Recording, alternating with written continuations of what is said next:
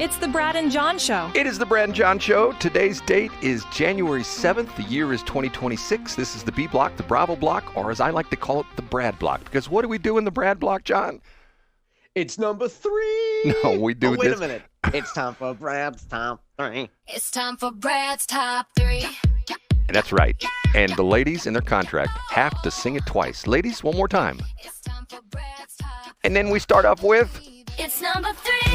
I found this article interesting because of the fact that it's something that was feared that was going to happen, but didn't necessarily happen all over the state. And this is an article that I read yesterday about the worst law ever in Illinois. You know what I'm talking about, John? No, I don't. Is it that every governor has to accept bribes and go to jail? No. This is interesting because I should say it was not the worst law. They called it the most dangerous law. And the most dangerous law, the article is titled, What Happened After the Country's Most Dangerous Law Went into Effect? Here are the numbers. And this is the law in Illinois called the SAFE-T Act, SAFE-T, which stood for... What did it stand for? It eliminated cash bail in the state of Illinois. And they said that as soon as you eliminated cash bail, that the crime was going to go crazy. Oh, safety, accountability, fairness, and equity today. That's what we need. Equity today, right? It was passed in January 2021. It's signed by J.B. Pritzker, and it went into effect on September 18th, 2023. So in other words, they now have 2 years under their belt, 2+ years of this law being in effect. And essentially it did a lot of different things, but the main thing is eliminated cash bail. So if you get arrested in Illinois, no matter what the crime, you don't have to pay bail anymore. Now, the interesting part of this is that in most of the categories, and for example, this is Loyola University Chicago Center for Criminal Justice, shows that between September 2023 and September 2024, violent crime in Illinois declined by approximately 6%, while homicides fell by roughly 10%. Property crime was the only one that went up, but it went up less than 1%. But the interesting part of this is that this is primarily statistics from Cook County. Guess what happened to our neighbors across the river in southern Illinois? It went the opposite direction. The biggest problem they're having in southern Illinois, especially in the rural southern Illinois, is drug possession and drug use. And there's quite a few sheriffs who show that the SAFE-T Act has created all sorts of problems because literally they arrest people who are habitual drug users who may be driving while intoxicated, driving under the influence, whatever, are committing crimes under the influence of drugs. And they literally book them and then they walk right out the jail and they go and commit more crimes. And so this is not necessarily the big crimes like they talked about with murder and homicide and things like that, and the big crimes like in the northern part of Illinois. And what's interesting, a lot of people, being that I spent time in Illinois going to school there and my dad worked there for years, it's very interesting because Illinois is like two different areas. I think it's something like, I think I read recently, like 80% of the population of Illinois lives within the Chicago metro. Does that sound right to you, John?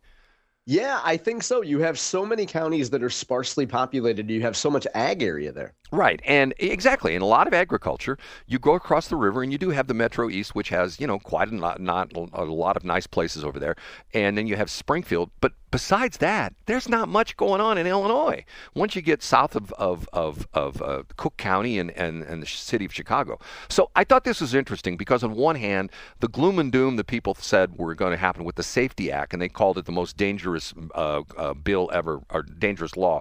It really hasn't caused that many problems in Chicago, but in downstate Illinois it has. So one of those things where maybe that's good, maybe that's bad. Who the hell knows? You know what I'm saying? Yeah, I think that it shows that the bias is clear, that if it doesn't affect Chicago, who really cares? Yeah, there you go. Okay, ready for number 2? Yeah, Brad. It's time for Brad's number 2. It's time for Brad's number 2. John probably has this on his list.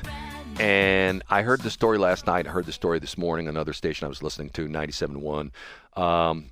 Explain to me the deal with the amendment, the constitutional amendment they're trying to put on the ballot with Denny Hoskins and him not saying, he's essentially saying that 2/3 of the petition signatures are invalid and he's never looked at them. Can you explain that to me, John?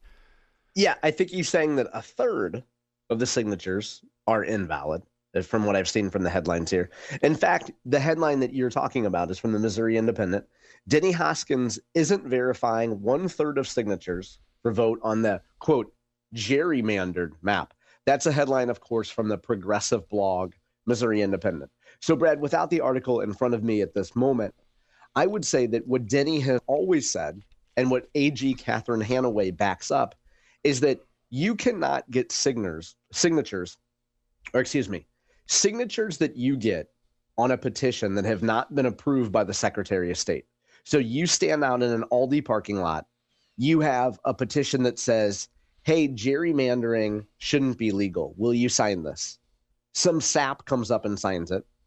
That signature doesn't count unless the language that citizen is signing has been approved by the Secretary of State.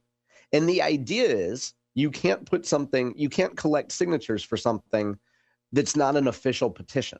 You get the argument there? So what Denny is saying is that, look, 1/3 of these signatures were gathered before our office said, yes, this is the official language for the, quote, gerrymandering petition. So the people who are gathering signatures, what Denny and what Catherine are saying are like, they gathered signatures before the petition was even approved. You can't do that. And of course, the other side says, no, you can certainly gather signatures before the petition is approved. Here we go again. I mean, is this whole thing crazy, Brad? What's your official position? This whole thing, I don't know. It's just crazy. It's crazy. It's CWS, crazy, weird stuff. Because of the fact we're talking about one congressional seat. We're talking about essentially the seat from Kansas City, and I still don't understand why we have a seat here in the St. Louis area, District 1, Mo 1, which is... That's right. Which is... Go ahead, Brad. Finish your thought. Which is essentially protected, and it's, let's be honest, it's an all-Democratic district, which encompasses... You're in my old stomping grounds, North County, North City, which is predominantly racially black and predominantly Democratic.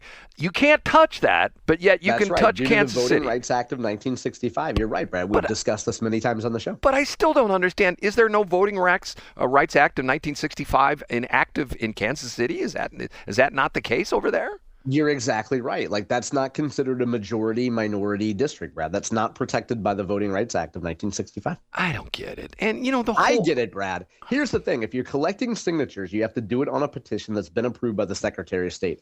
I don't know how hard that is, unless you're Democrats who have a ton of dark money. You want to hire a bunch of your friends as consultants. You want to hire a bunch of knuckle-dragging, mouth-breathing potheads to stand in parking lots and harass people for signatures. Everybody gets paid. Everybody gets money.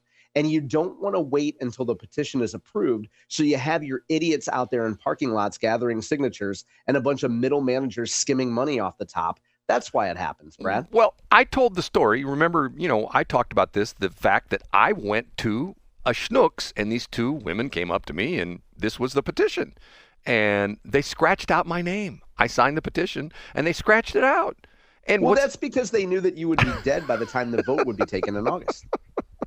They knew that your vote, and that's a rarely known petition or a rarely known element of signature gathering. If the voter is very clearly not going to be on the right side of the grass by the time the elections thing, it's disingenuous for you to take their signature. Denny's actually gone on record saying that. Did I ever tell you that I took a picture of these two women, and they were very nice.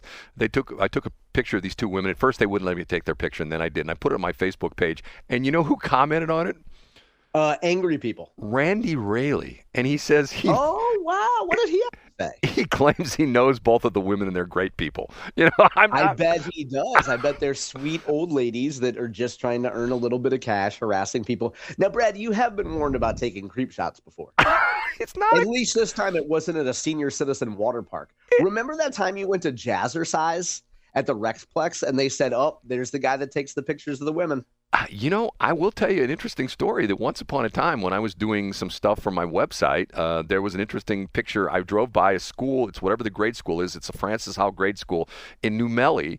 And the New Melia Fire Department had one of their pumpers out there, and they had the ladder truck, and they had the ladder truck extended, but they didn't have it up in the air. And they had a sprinkler head on the end of the ladder, and there were a bunch of kids. This is like when it was hot in the summer, and a bunch of kids there, getting, and I thought it was a cool shot because the firefighters were standing there and the way the fire truck was. So I got out of my car and I took a picture, and I had a lady come after me yelling, "You can't take a picture. You're not supposed to take a picture of our kids." I'm going like, man, excuse me, ma'am.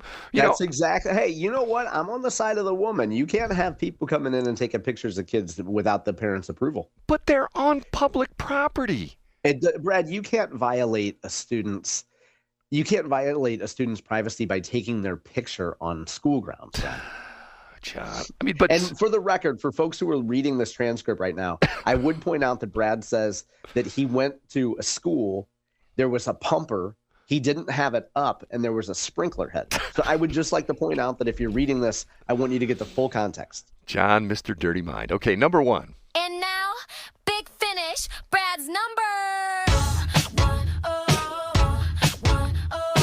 I had a different number one, and maybe we'll talk about this in C Block, and I moved it out of the number one position because, and I'll tell you right up front what it was, the Matthew Thornhill escapade, and I have personal knowledge of this as of Monday. I didn't talk about this yesterday.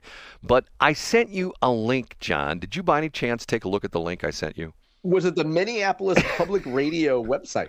Yes. Did you open it? No, I didn't open it, but I do see, I'm opening it in real time. The newsroom, boy, there are a whole lot of, wow, Brad, wait a minute. Are there more people on this staff than there are in St. Louis Public Radio? Okay, first off, see, John, we've done this before. St. Louis Public Radio, on their website, you can go to their staff and you can see the people in the news department. They have, the last time we looked at this, didn't I come up with 34 people in the newsroom? Yeah, you did. Which I believe is 3 times as many people on the newsroom at the Post-Dispatch, if I'm not mistaken. I think the Post-Dispatch has like a dozen people or stuff like that. Okay, so what's interesting about it is the reason I rejiggered, and you'd like when I say that, when I rejiggered my list is because we talked about this in the A block, is that all this stuff that happened in Minneapolis, and yet all these news organizations, the TV stations, the newspapers, and the public radio stations we're like, we never even knew about this. And instead you get some 24-year-old dude who shakes the world up with the fact that he shows up once again. This is the interesting aspect of the citizen journalism, and like what we talked about sort of with Scott Fawn, is the barrier to entry has been lowered by literally grabbing your cell phone, which has a good camera on it and a good video recorder, and maybe you use an external mic to make the audio better, and you can go do something that 20 or 30 years ago would have cost you $10, $20, $30,000 worth of equipment to do, okay? So what's interesting about this is, and I forgot about this, Minneapolis does not have their own public radio station. In Minnesota, they have the Minnesota Public Radio Network, and they have stations all over the state that they simulcast. So in other words, it's not like here we have in Missouri where you have St. Louis Public Radio in St. Louis, then you have KBIA in Columbia, and then you have KCUR in Kansas City, which are essentially, independent stations, independent programming, although they do run a lot of the same programming and with NPR. They syndicate some of the content, but what you're saying is KCUR has its own unique Kansas City content. Yes, and so what in Minnesota, they have Minnesota Public Radio. So I sent John a link, and while we were on the air at the A block, I sent John a link of the staff members, the NPR, Minnesota Public Radio, the staff. And literally, John, am I kidding that you have to scroll and scroll and scroll and scroll and scroll to find all the different people who are in the newsroom? Am I kidding?